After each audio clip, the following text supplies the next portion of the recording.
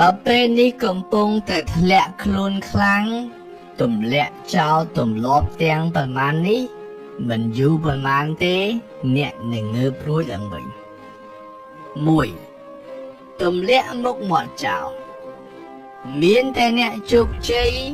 មានលុយមានអំណាចប៉ុណ្ណោះទើបចង់បានមុខមាត់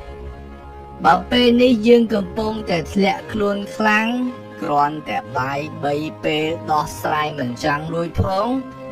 យកមុខមាត់មកធ្វើអីពេលនេះរឿងដែលសំខាន់ជាងគេគឺរកលុយពេលមានលុយ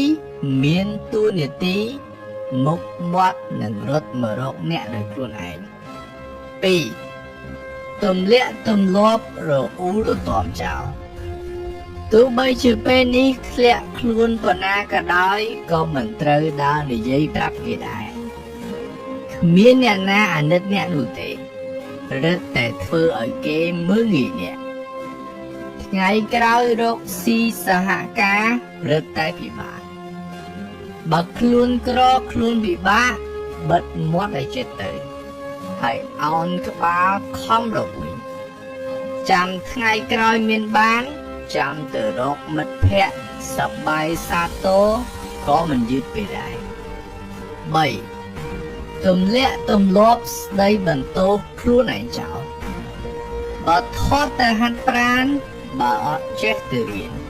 បើអត់លុយទៅរកទៅ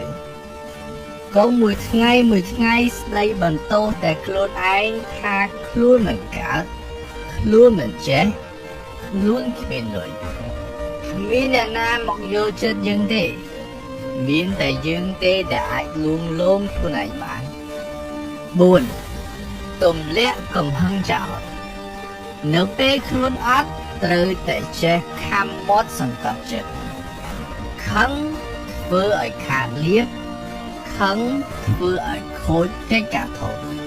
ទោះបីជាពេលនេះជួបរឿងមិនសមបំណងក៏ដោយគេជេរស្ដីយ៉ាងម៉េចក៏ដោយក៏កុំតបសម្ដីឲ្យសុខប្រឹងឲ្យខ្លាំងឡើងឲ្យខ្ពស់អ្នកនឹងលែងស្ដាប់ឮសម្ដីរំខានទាំងអស់នោះហើយ